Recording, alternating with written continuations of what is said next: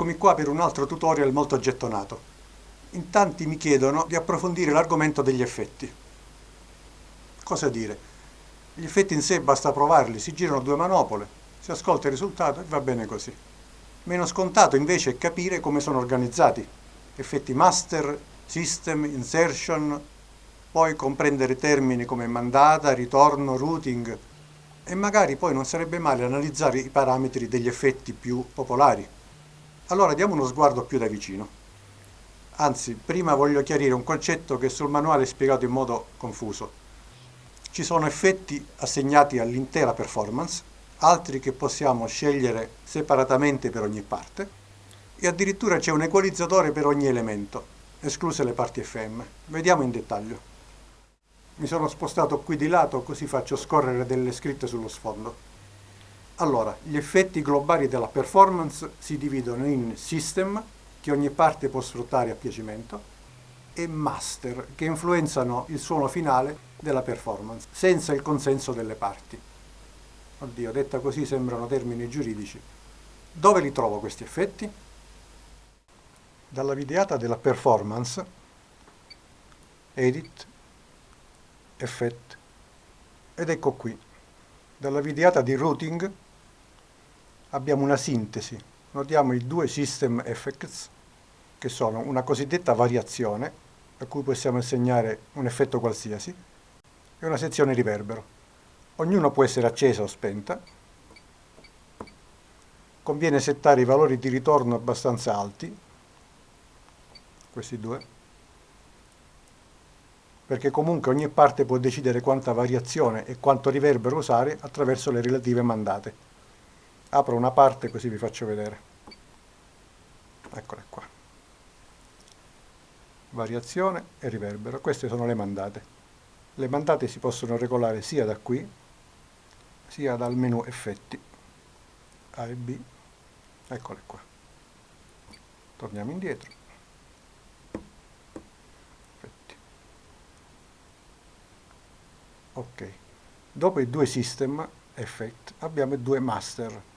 Un master effetto e un master equalizzatore. Come detto prima, gli effetti master si trovano proprio alla fine del percorso sonoro, per cui quando sono attivati lavorano sul suono complessivo della performance. Da questi menu possiamo andare a settare i parametri singolarmente. Master, che qua è spento, ed equalizzatore, che qua è spento, lo vedevamo anche dal routing. Tutto chiaro per la performance? Ora vediamo cosa abbiamo a disposizione in ogni parte. Gli effetti insertion. Ogni parte quindi, oltre a poter usare i due effetti system a piacere, come visto poco fa, può avere altri due effetti e relativi settaggi del tutto indipendenti dalle altre parti, con alcune differenze fra parti AVM, parti FM e parti di batteria. Prendiamo una parte, Edit, Effect. Nel routing vediamo anche i due effetti insertion possono essere on o off, ma in più è possibile scegliere il routing, cioè il percorso che il suono dovrà seguire. Nel caso di parti AVM come questa possiamo indirizzare ogni singolo elemento verso A oppure B, o perfino nessuno dei due, true. Con le linee colorate possiamo seguire visivamente il routing. Da qui decidiamo se collegare A e B in serie, e in tal caso anche in che ordine, da A verso B o B verso A, o in parallelo, cioè separati. Se scegliamo in serie, il percorso sonoro attraversa ambedue gli effetti. Nel caso di parti AVM, dato che ogni elemento è impostato come A o B, secondo l'ordine scelto può attraversare un effetto o due. Qua va ad A, rotary speaker, poi scende a B, rotary speaker 2, ed esce.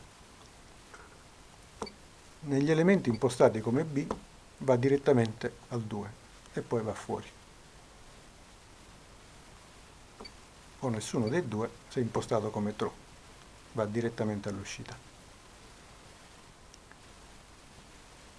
Notiamo che nel routing si incontrano due sezioni di equalizzazione a 3 bande e a 2 bande. Possiamo eventualmente regolare i settaggi da qui, equalizzatore, 3 bande o 2 bande. Come mostrato nella videata di routing, il 3 bande si trova prima degli effetti insertion, mentre 2 bande dopo. Il percorso prosegue poi verso le mandate dei due system, validi come abbiamo detto prima per l'intera performance, e su cui possiamo regolare per ogni parte le mandate, sia da qui che da qui, come abbiamo detto prima. E infine il suono va verso Master Effect e Master Equalizer, se accesi, sui quali le parti non hanno controllo e che quindi da qui non vediamo. Tornando alle parti, per quelle di batteria è possibile addirittura assegnare settaggi diversi per ogni tasto. Aggiungiamo per esempio una parte di batteria.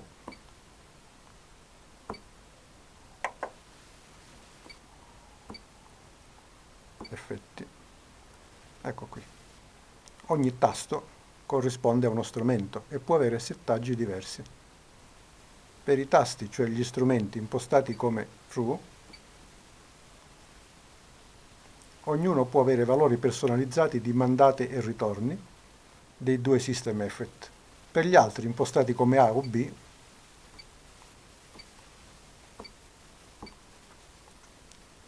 questi 4 valori restano uguali per tutti. Attenzione, per udire un effetto bisogna aumentare sia la mandata che il ritorno.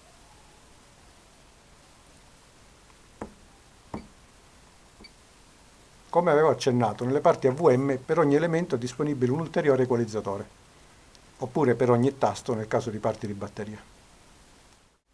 Bene, dopo questo pippone tecnico, finalmente possiamo dare un'occhiata ai tipi di effetto. Su ModiX e Montage sono davvero tanti, spiegarli tutti in dettaglio richiederebbe ore di video, quindi mi limiterò a una panoramica sui più comuni. In genere useremo il riverbero e il delay, perché creano una sensazione spaziale di ambiente. Gli effetti di modulazione, come il chorus, utili a dare calore e anima al suono. Il simulatore di amplificatore, normalmente usato per dosare la distorsione di chitarre e organi, e anche il rotary speaker, che emula l'amplificatore Leslie, storicamente accoppiato agli organi Hammond. Vediamoli meglio. Gli effetti d'ambiente, come riverberi e delay, aggiungono al suono delle copie in leggero ritardo, simulando le naturali riflessioni e assorbimenti acustici di pareti o altro.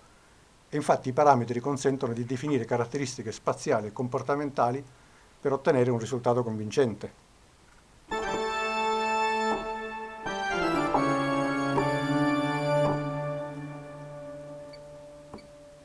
Il delay normalmente somiglia più a un eco, dal momento che il ritardo del suono è abbastanza lungo da essere percepito dal nostro orecchio come una ripetizione.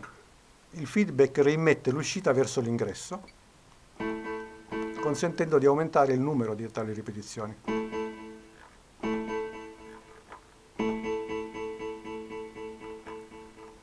Generalmente è possibile bilanciare il suono diretto, dry, con quello processato, wet, da un minimo tutto diretto a tutto ritardato. Non di rado riverbero e delay si usano insieme.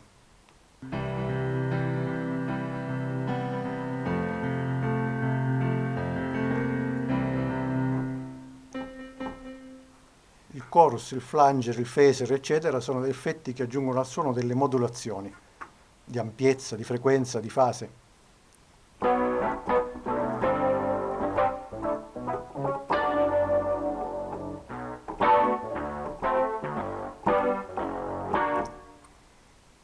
Anche qui il parametro feedback definisce quanto del suono in uscita viene rimesso in entrata.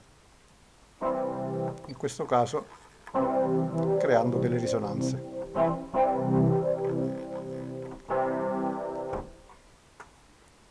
Il suono di una chitarra passa solitamente da un amplificatore.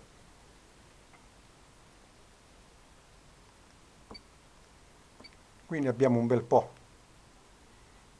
con cui possiamo simulare la scelta di vari parametri come il genere di ampli, il tipo di cassa, controlli del tono.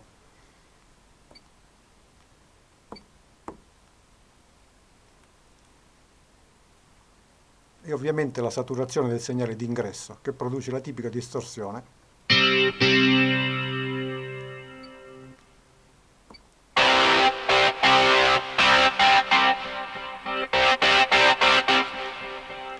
Che andrà calibrata in base al suono che si vuole ottenere.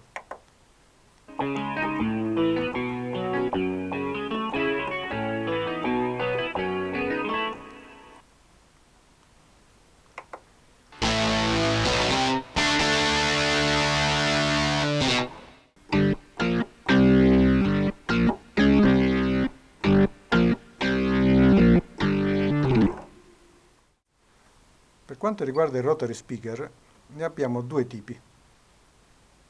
Ma prima devo soffermarmi un attimo a spiegare come funziona il vero rotary speaker, ormai usato raramente, in modo da capire meglio cosa significano i parametri che vediamo qui. Il suono dell'organo Hammond veniva preferibilmente emesso da questo amplificatore, commercialmente chiamato Leslie, che contiene due altoparlanti rotanti, uno per i bassi e uno per gli alti. Questo movimento crea un effetto sonoro corale. Per la rotazione sono disponibili due modalità, lenta e veloce. Nella simulazione infatti possiamo definire la velocità lenta dei bassi, quella degli alti, idem per la rotazione veloce. E possiamo anche impostare il tempo che ognuno dei due impiega a cambiare velocità. Poi, secondo il tipo di rotary selezionato, si può scegliere la profondità dell'effetto, la saturazione, il tipo di microfonazione ed altri settaggi.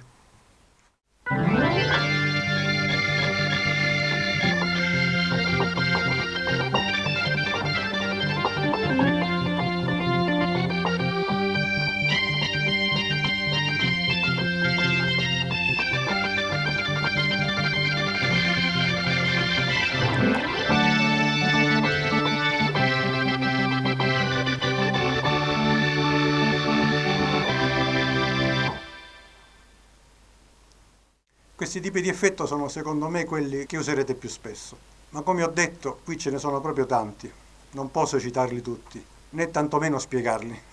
Provateli voi stessi, o magari osservate quelli delle performance preset, perché toccando si impara. Ciao a tutti!